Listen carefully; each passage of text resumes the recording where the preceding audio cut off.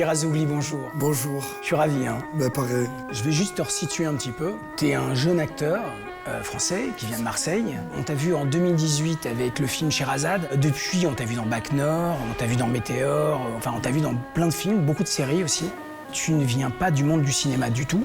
Moi, j'aimerais savoir à quel moment tu es repéré, est-ce que tu imaginais réellement cette aventure possible? Ben en fait, en fait, il y avait des directrices de casting qui arpentaient les rues marseillaises en cherchant des têtes, des sites. Pour Sherazade. Pour Sherazade, exactement. Et en fait, il s'avère que j'attendais le tram et boum, je me suis fait. Elle est venue, elle m'a un peu parlé. Moi, j'y croyais pas trop forcément. Au début, je me suis dit qu'est-ce qu'elle veut, peut-être elle va me parler. Et en fait, j'ai passé ce casting, je l'ai eu. Et ensuite, on a commencé à tourner et tout. Et en fait, quand j'ai commencé à voir que voilà, beaucoup de gens croyaient en moi alors qu'ils venaient de me connaître sur un plateau, je me suis dit ça peut être quelque chose qui est pas mal. Qu'est-ce qui fait que toi, tu te dis, je vais en faire mon métier? J'ai eu la chance de comprendre très vite qu'on fait un film, on va au César, on va à Cannes, mais je me suis dit, c'est pas normal d'avoir tout ça dès le début et tout. Et en fait, ça m'a direct remis dans un truc de je me suis recroquevillé chez moi. J'ai commencé à essayer de bien comprendre le cinéma à travers les outils comme Internet, comme les réseaux sociaux. J'ai commencé à capter un acteur, qu'est-ce qu'il peut faire, qu'est-ce qu'il peut pas faire, où il peut aller chercher ses trucs, c'est ça, les émotions. J'ai bossé beaucoup sur l'étude du comportement. Mais je vous ai dit à l'audition, c'est mes sous. Je vais voler mes propres sous. En fait, c'est toi qui as pris la thune et tu veux nous faire porter le chapeau, c'est ça? Mais allez vous faire foutre avec vos conneries. Oh, c'est pas parce que vous avez des problèmes, vous allez me mettre dans la merde à moi. À quel moment tu prends conscience de ça, que tu dois t'armer? En toute humilité, c'est quand j'ai commencé à me rendre compte qu'il y a 10, 15, 20, 50, 500, 1005 personnes qui me disent écoute, il y a un truc, il y a un vrai truc, faudrait que tu bosses, faudrait que si, parce que t'as tout ce qu'il faut. Tu vois, c'est un exemple tout bête, ma voix, je l'ai toujours détestée. Mais c'est grâce au cinéma que je l'aime parce que, voilà, on me dit souvent ta voix, elle fait quelque chose aussi dans ta façon de jouer, dans ta façon d'interpréter les choses. Tu es repéré par Tom McCarthy pour jouer dans Stillwater, aux côtés de Matt Damon.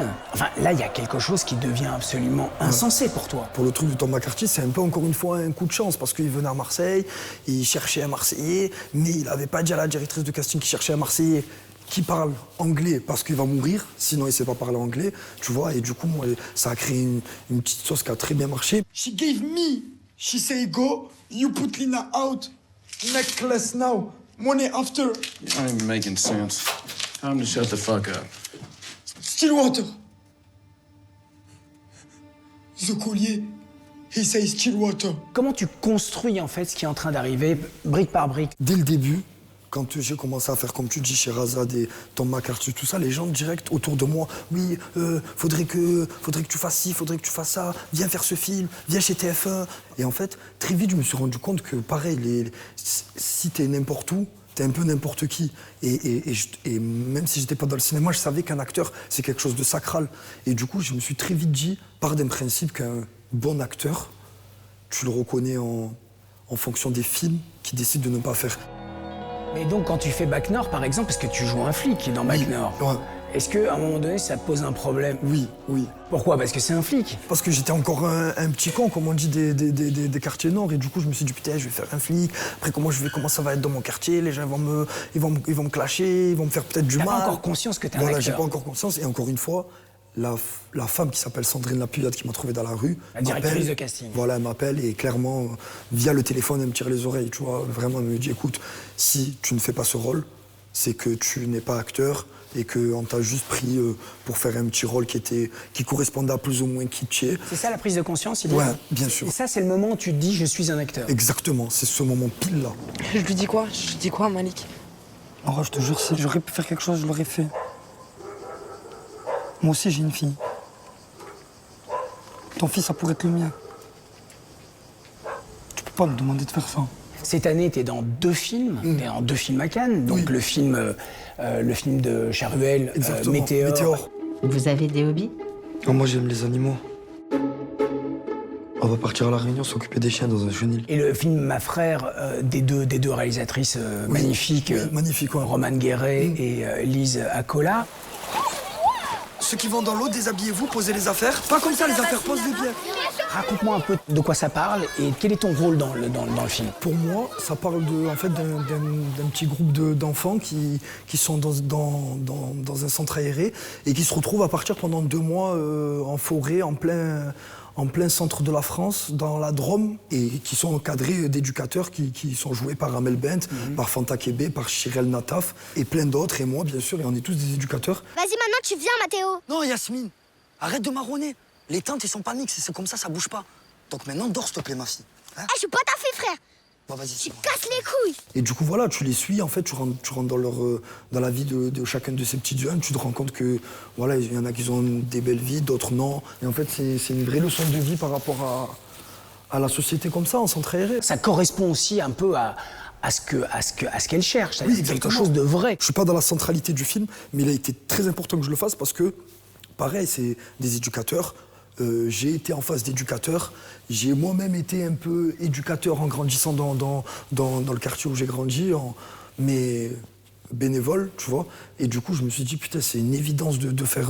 tu vois, moi, en fait, j'aime bien faire des choses qui sont nécessaires. Il ne faut jamais revenir, autant cacher les souvenirs, autant béni de son enfance. Car parmi tous les souvenirs, ceux de l'enfance sont les pires, ceux de l'enfance nous déchirent. Ma très chérie, J'ai quand même un minimum d'espoir pour eux. Sinon, je sais pas, moi, c'est invivable. J'ai pas la force de m'expliquer, là, je te le dis cash. Bon, vas-y, toi-même, tu sais, des fois, il y a des rencontres qui comptent. Hélas. Les Français, c'est des décontractés, wesh. Le travail avec les deux réalisatrices, comment ça se passe? Est-ce qu'ils te laissent énormément de liberté? Là, il faut concorder un peu au rôle, donc du coup, c'était une évidence. Et ça s'est très très bien passé. Franchement, il y avait de la joie, de la bonne humeur, tout était trop bien. Les réalisatrices, oui, ils m'ont laissé un peu de l'espace, tout en restant sur l'autoroute du dialogue. Mais ouais, c'était très bien, franchement. Ouais. Ok, je te remercie beaucoup. Merci à toi. Merci à je te toi. souhaite vraiment bon vent et puis un de ces jours. Écoute, pareil, merci beaucoup. Un cimetière atypique, une fête foraine, un célèbre village anglais, un atelier clandestin. Cette semaine, dans les salles, les décors de tournage décrochent le premier rôle. Mes chers enfants, levons le verre pour Maria. C'est qui? C'est le frère de Ryan. 10 ans sans nouvelles, c'est long. Tu restes un peu dans le coin? Je peux te poser une question? J'ai jamais compris pourquoi c'est toi qui l'as choisi. 20 ans après son mystérieux kidnapping, Dario revient sur le stand de tir de son enfance. Un retour à la vie foraine en forme de thriller qui réunit Bérengère McNeese et Wim Willard autour d'Adam Bessa, nominé au César du meilleur espoir masculin l'an dernier.